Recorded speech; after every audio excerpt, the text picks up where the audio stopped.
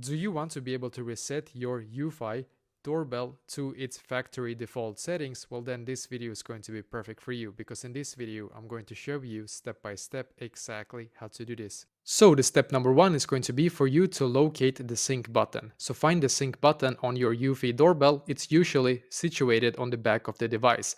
The step number two is going to be for you to press and hold that sync button. So just press and hold that sync button for about 10 seconds.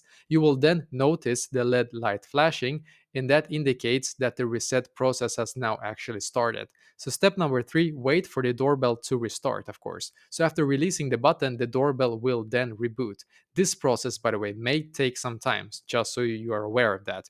Once completed, the device will then be restored to its original factory settings.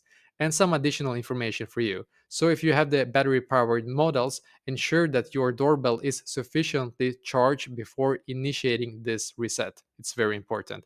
And wired models, confirm that the doorbell is receiving power during the reset process, otherwise, it will not work. Home base users, if your doorbell is connected to a home base, consider resetting the home base as well to ensure a complete reset of the system.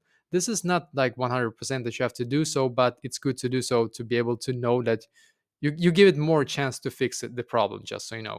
So after the reset, you will then need to set up your doorbell once again using the Eufy security app, including reconnecting it to your Wi-Fi network, and then of course also fixing any personalized settings. So basically, this is exactly how to do this.